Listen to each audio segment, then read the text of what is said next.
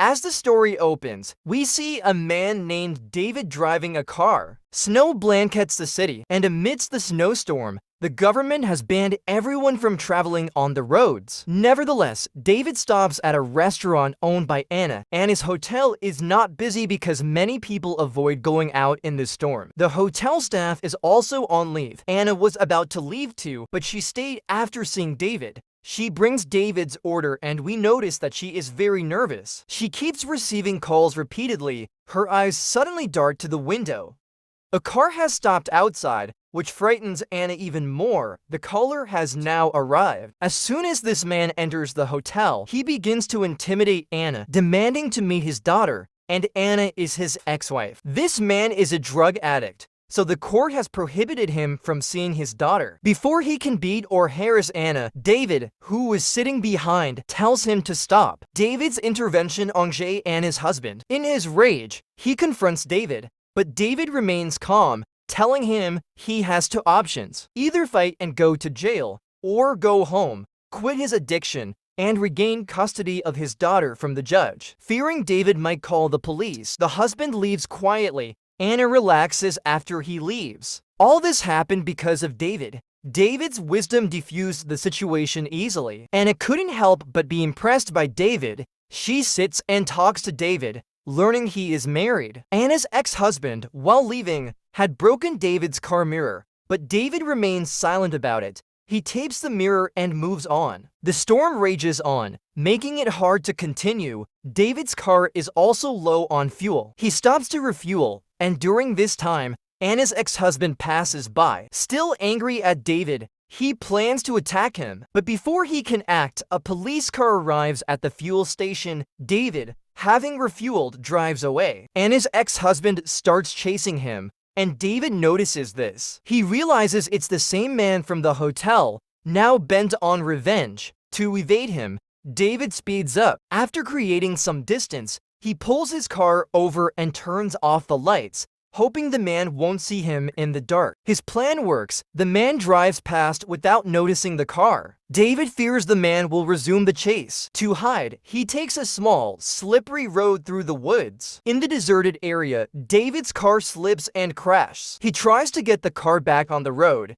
but the tires are stuck in the snow. Desperate, he gets out to clear the snow with his hands, injuring them in the cold. Fearing frostbite, he returns to the car, turns on the heater, and warms his hands. David realizes he can't get out without help. His phone has no signal to call the police. He doesn't know when help will arrive, especially since the government has banned travel. He turns off the car battery to save power, lights a cigarette, and falls asleep. In the morning, he is awakened by the sound of a growling animal. A wild animal is nearby, and David, terrified, stays inside the car. He has nothing to eat or drink, so he starts storing his urine. David worries the car will be buried in snow, making it harder to be found. He gets out and spots smoke far away with his binoculars, indicating people might be there. Hopeful for help, he leaves the car. Before departing, he opens the trunk, revealing Anna tied up. David, whom we thought was a good person, is actually a kidnapper. He warns Anna not to try escaping, but she doesn't listen. As soon as he leaves, she begins to free herself. She manages to untie her hands and mouth, but the car's back door doesn't open from the inside. She removes the back speakers to climb into the car, opens the door, and runs out. However, the cold forces her back into the car. With her hands and feet free, she can now confront David. She returns to the car due to the increasing cold. Meanwhile, David, having traveled far to the smoke, falls into a pit and breaks his leg. Badly injured, he bleeds heavily but knows he must move. If he stays in the snow, he'll die. He decides to crawl back to the car. Anna, searching the car for supplies, finds only tape and chloroform, which she keeps. David reaches the car, opens the door, and sits inside. His leg wound is severe, with the bone protruding through the flesh. He screams in pain and ties a wire around his leg to stop the bleeding. When he tries to turn on the heater, he realizes Anna has tampered with the car. Before he can react, Anna knocks him out with chloroform. Unconscious, he dreams of a snowy forest with a dead animal and blood on his hands. He wakes up terrified. He finds himself tied up by Anna. Anna demands to know where they are and where her phone is. David reveals he threw her phone away and they are lost. Anna tells him her mother must have called the police, but David says he messaged her mom, claiming Anna was with her ex-husband. Anna is shocked. She takes David's wallet and phone, but finds no signal. David, though captive, reminds her they both need the car to survive. Anna turns off the heater to save the battery. Checking David's wallet, she finds many fake IDs, indicating he is a fraud and a drifter. Exhausted, Anna feels sleepy and throws out the car's child seat to sleep comfortably. Before sleeping, she knocks David out again with chloroform. David dreams again of the dead animal and wakes up scared, seeing Anna awake. Anna needs to use the washroom and exits the car.